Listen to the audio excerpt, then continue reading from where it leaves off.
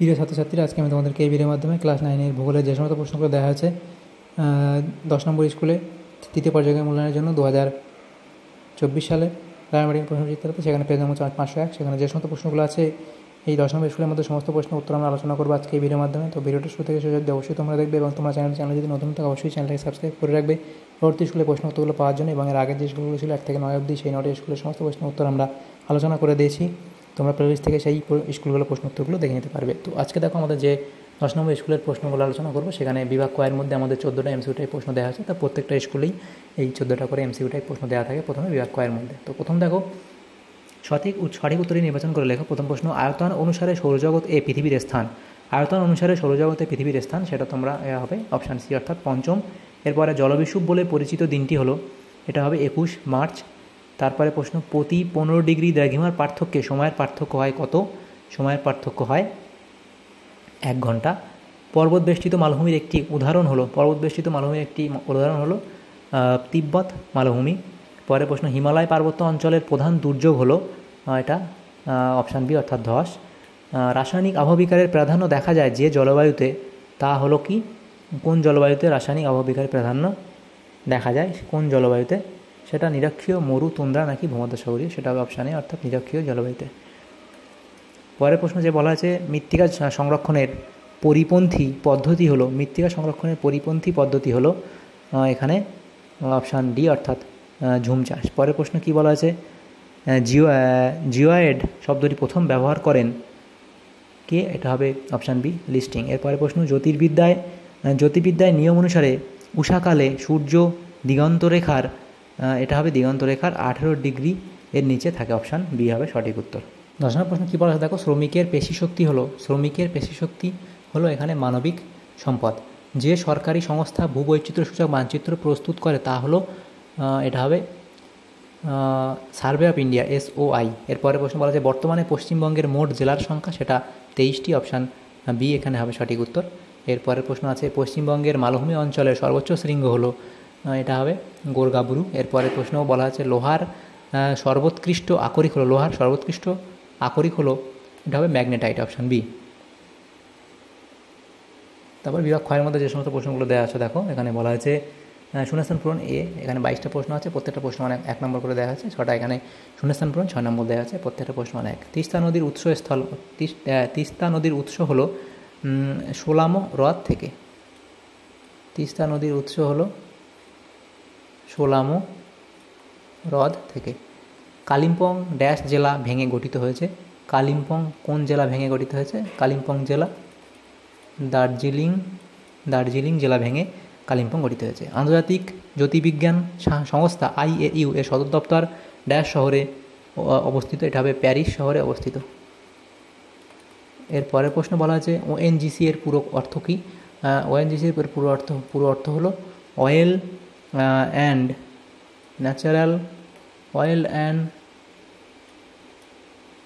Natural gas corporation. এরপরে প্রশ্ন, গ্রিনিচের সময় নির্দেশকারী যন্ত্র হলো ক্রোনোমিটার।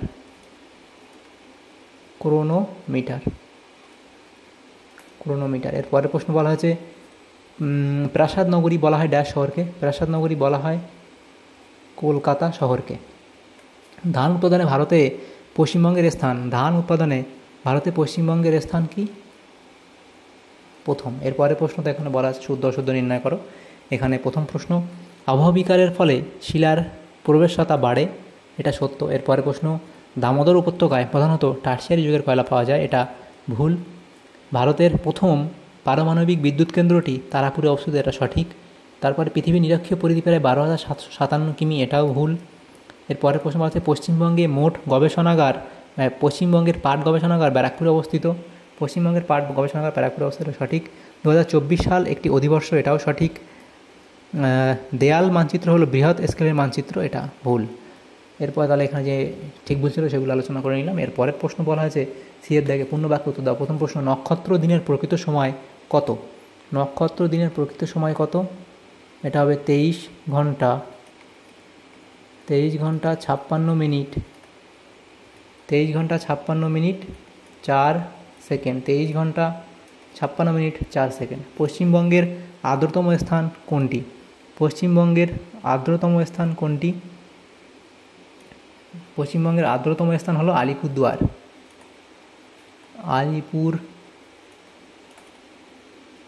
পশ্চিমবঙ্গের আর্দ্রতম স্থান হলো আলিপুরদুয়ার। এরপরের প্রশ্ন, কোন দ্রাঘিমাকে ভারতের প্রমাণ দ্রাঘিমা ধরে প্রমাণ সময় নির্ণয় করা হয়? এটা হবে 82 ডিগ্রি 30 মিনিট পূর্ব দ্রাঘিমাকে ভারতের দ্রাঘিমার ধরে প্রমাণ সময় নির্ণয় করা হয় ভারতের। পরের প্রশ্ন, ভারতের প্রথম কাঠ পরিবহন শিল্প কোথায় গড়ে ওঠে? এটা গুজরাটের আহমেদাবাদে।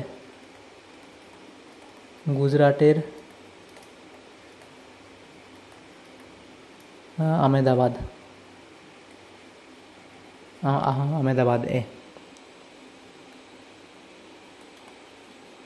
নেক্সট প্রশ্ন, আবহবিকার জাত মৃত্তিকা সৃষ্টির প্রাথমিক উপাদান কি? এটা হবে ক্ষয়প্রাপ্ত শিলা।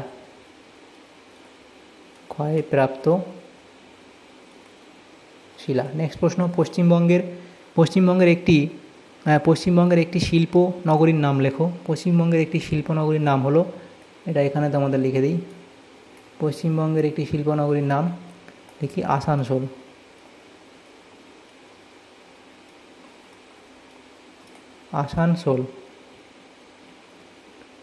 নেক্সট প্রশ্ন বলা আছে, একটি ভূতাত্ত্বিক দুর্যোগের উদাহরণ দাও। একটি ভূতাত্ত্বিক দুর্যোগের উদাহরণ হলো ভূমিকম্প। একটি ভূতাত্ত্বিক দুর্যোগের উদাহরণ হলো ভূমিকম্প। ভারতের প্রথম জলবিদ্যুৎ শক্তি উৎপাদন কেন্দ্রটির নাম কি? সেটা হলো শিব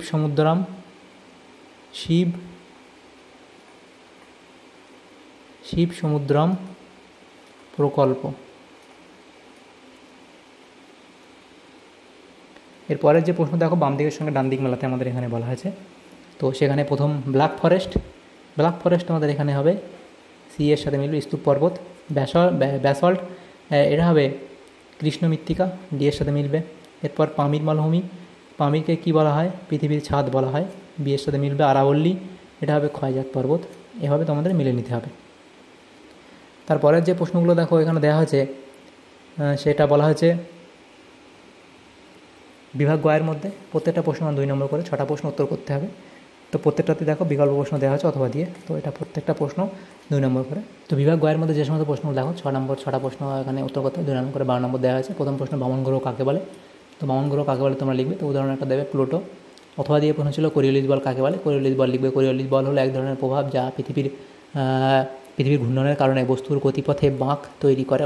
উত্তর গোলার্ধে এটি বস্তুকে ডান দিকে এবং দক্ষিণ গোলার্ধে এটি বস্তুকে বাম দিকে সরায়, অর্থাৎ বাম দিকে বাম দিকে হেলিয়ে দেয় বা বাম দিকে গতিপথ বেঁকিয়ে দেয় এবং বায়ুপ্রবাহ, সাগরের স্রোত ইত্যাদির গতিপথের প্রভাব ফেলে এই বলটি কোরিওলিস বল। প্রমাণ সময় কাকে বলে? প্রমাণ সময় তোমরা লিখবে যে প্রমাণ সময় হলো নির্দিষ্ট দ্রাঘিমার উপর ভিত্তি করে একটি দেশের বা অঞ্চলের জন্য স্থিরকৃত সময় যা ওই অঞ্চলের সমস্ত স্থানের জন্য অভিন্ন হয়। ভারতে 82 ডিগ্রি, আচ্ছা এটা 82 পয়েন্ট, এটাও লিখতে পারো 82 ডিগ্রি 30 মিনিট পূর্ব দ্রাঘিমা। এবার এটাও লিখতে পারো 82 ডিগ্রি 30 মিনিট পূর্ব দ্রাঘিমা ধরে ভারতীয় প্রমাণ সময় নির্ধারণ করা হয়। অথবা প্রশ্ন ছিল প্রতিবাদ স্থান কি? প্রতিবাদ স্থান হলো পৃথিবীর পৃষ্ঠের এমন দুটি বিন্দু যা একে অপরের সম্পূর্ণ বিপরীত পাশে অবস্থিত। যদি এক বিন্দুতে একটি সরল রেখা পৃথিবীর কেন্দ্র থেকে অন্যদিকে টানা হয় তবে সেটি হবে প্রতিপাদ স্থান। নগ্নিভবন কাকে বলে? লিখবে নগ্নিভবনের তোমরা কারণ, প্রভাব ইত্যাদি তোমরা লিখে দেবে।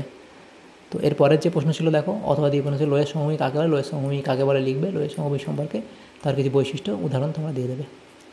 মনুষ্যসৃষ্ট দুর্যোগ কাকে বলে? মনুষ্যসৃষ্ট দুর্যোগ তোমরা লিখবে, তার উদাহরণ তোমরা দেবে। হড়পাবান কি? হড়পাবান কাকে বলে? হড়পাবান কেন হয় এবং হড়পাবানের ফলে কী কী ক্ষতি হতে পারে? এটা পশু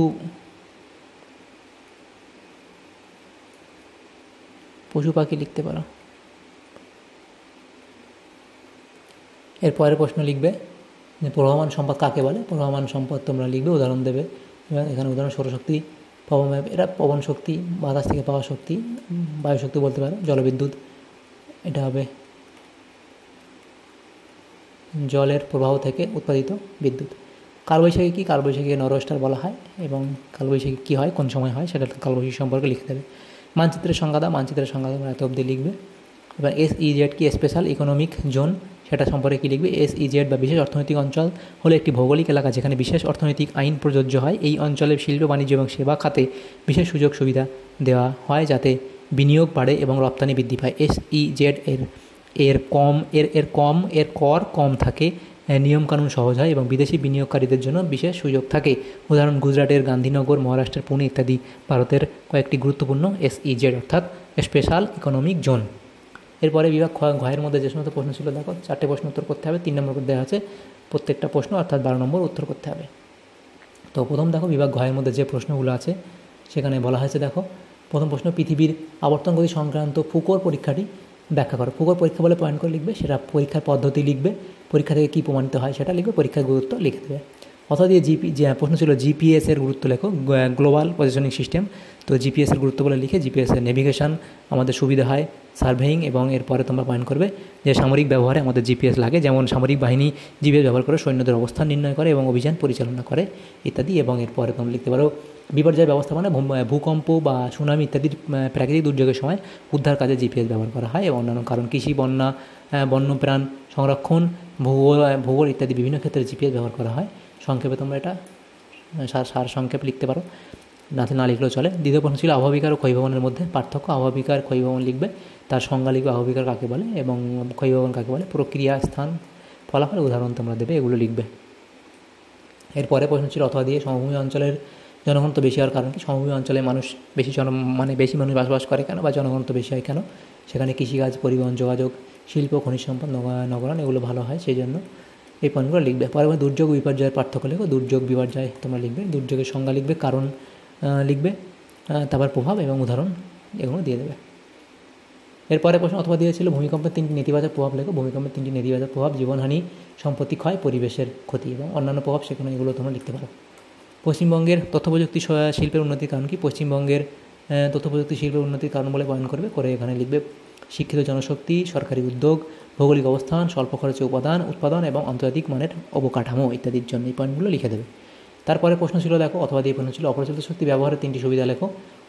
অপরিচালিত শক্তি ব্যবহারে সুবিধা, এখানে পরিবেশ বান্ধব, অক্ষয়যোগ্য, দীর্ঘস্থায়ী অর্থনৈতিক সুবিধা এবং শক্তির স্বাধীনতা। উদাহরণ তোমরা দেবে সৌরশক্তি, বায়ুশক্তি, জলবিদ্যুৎ শক্তি, এটা জলের।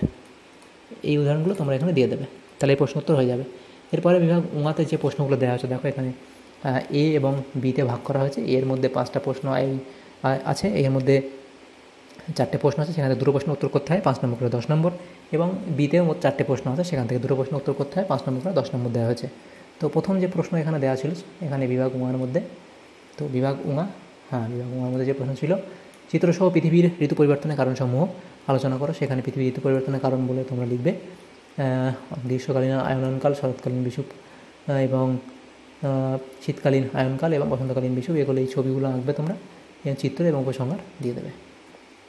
এরপরে প্রশ্ন ছিল যান্ত্রিক আবহবিকারের প্রক্রিয়াগুলি আলোচনা করো, যেমন তাপীয় আবহবিকার, মরছে, তারপরে লবণ ক্রিয়ার ফলে হিমায়িত স্ফীতি, বায়ুর দ্বারা ক্ষয়, ফ্রস্ট, ওয়েদারিং, এক্সফোলিয়েশন এবং যান্ত্রিক আবহবিকারের কিছু গুরুত্ব তোমরা লিখে দেবে। পরে প্রশ্ন পাত সংস্থান তত্ত্বের আলোকে ভঙ্গিল পর্বত উৎপত্তি ব্যাখ্যা করো। ভঙ্গিল পর্বতের উৎপত্তি তোমরা এখানে লিখবে প্লেটের সংঘর্ষ, শিলার ভাঁজ, পর্বতের গঠন এবং পর্যায়ক্রমিক পরিবর্তন, এত অবধি তোমরা লিখবে এই প্রশ্ন উত্তরে। তারপর অক্ষরেখা এবং দ্রাঘিমারেখা পার্থক্য ছিল, অক্ষরেখা দ্রাঘিমারেখা লিখবে, অক্ষরেখার সংজ্ঞা লিখবে, তারপর সংখ্যা এবং দেখো যে বলা হয়েছে যে সর্বোচ্চ সর্বনিম্ন মান, মধ্যবর্তী দূরত্ব, তারপরে পরিধি, এই পয়েন্টগুলো লিখে দেবে পার্থক্যে। তারপর বিয়ের মধ্যে যে প্রশ্নগুলো ছিল দেখো, জলবিদ্যুৎ উৎপাদনের অনুকূল ভৌগোলিক পরিবেশ আলোচনা করো। জলবিদ্যুৎ উৎপাদনের অনুকূল ভৌগোলিক পরিবেশ: উচ্চ জলাধার, শক্তিশালী নদীর প্রবাহ, বর্ধিত স্থানীয় ভূমির উচ্চ অবস্থান, নদীর ধারাবাহিকতা, ভূমির গঠন, মৌসুমী পরিবর্তন, প্রাকৃতিক বাধা ও বিপদ। এরপরের প্রশ্ন পরে তোমরা লিখবে 8 নম্বর মানব সৃষ্ট পরিকাঠামো ইত্যাদি লিখে দেবে এই প্রশ্ন উত্তর। তারপরে প্রশ্ন ছিল পশ্চিমবঙ্গে পাট শিল্পের উন্নতির কারণ কি? উপযুক্ত জলবায়ু এবং মাটি, প্রচুর জলসম্পদ, প্রচুর জমি, সরকারি সহায়তা, অভিজ্ঞ শ্রমিক, প্রচলিত বাজার এবং উন্নত প্রযুক্তি, শিল্প বিপ্লব ইত্যাদি পয়েন্টগুলো লিখে দেবে পশ্চিমবঙ্গের পাট শিল্পের উন্নতির কারণ হিসাবে। এরপরে প্রশ্ন 3 দেখা ছিল পশ্চিমবঙ্গের উত্তরের পার্বত্য অঞ্চলের ভূপ্রকৃতি পরিচয় দাও। সেখানে হিমালয় পর্বতমালা, শিলা গঠন, উচ্চতা ও ভূমিকম্পীয় কার্যক্রম, নদী ও জলপ্রপাত, তারপর বন ও উদ্ভিদ জগৎ, মৌসুমি বৈশিষ্ট্য, ভূপ্রাকৃতিক বৈশিষ্ট্য। 4 দাগের প্রশ্ন ছিল পশ্চিমবঙ্গের ধান চাষের অনুকূল পরিবেশ আলোচনা করো। সেখানে জলবায়ু, গরম ও আর্দ্র আবহাওয়া, মৌসুমি বৃষ্টিপাত, মাটি, উর্বর মাটি, নদী অববাহিকায় মাটি, জলসম্পদ, অধিক জলসম্পদ, তাপমাত্রা, মধ্যম তাপমাত্রা, মৌসুমি বৈচিত্র্য, সেখানে বিভিন্ন মৌসুমে চাষ এবং প্রযুক্তি গবেষণা, উন্নত চাষ প্রযুক্তি, জলবায়ু পরিবর্তন মোকাবিলা, মৌসুমি পূর্বাভাস এগুলো থাকে। তো সেই জন্য এখানে পশ্চিমবঙ্গে ধান চাষের যে অনুকূল পরিবেশ সেটা তোমরা এভাবে লিখে দেবে। তো এখানে দেখো এই যে প্রশ্নগুলো ছিল আমাদের এখানে 10 নম্বর স্কুলে ক্লাস 9-এর ভূগোলের সমস্ত প্রশ্ন উত্তর আমরা আলোচনা করলাম আজকে এই ভিডিওর মাধ্যমে। তো তোমাদের যদি সামান্যতম উপকার এসে থাকে ভিডিওটা অবশ্যই একটা লাইক করবে এবং বেশি বেশি করে বন্ধুদের সাথে শেয়ার করবে। আর পরবর্তী স্কুলে প্রশ্ন উত্তরগুলো পাওয়ার জন্য আমাদের চ্যানেলটাকে অবশ্যই সাবস্ক্রাইব করে রাখবে। Thank you, thanks for watching.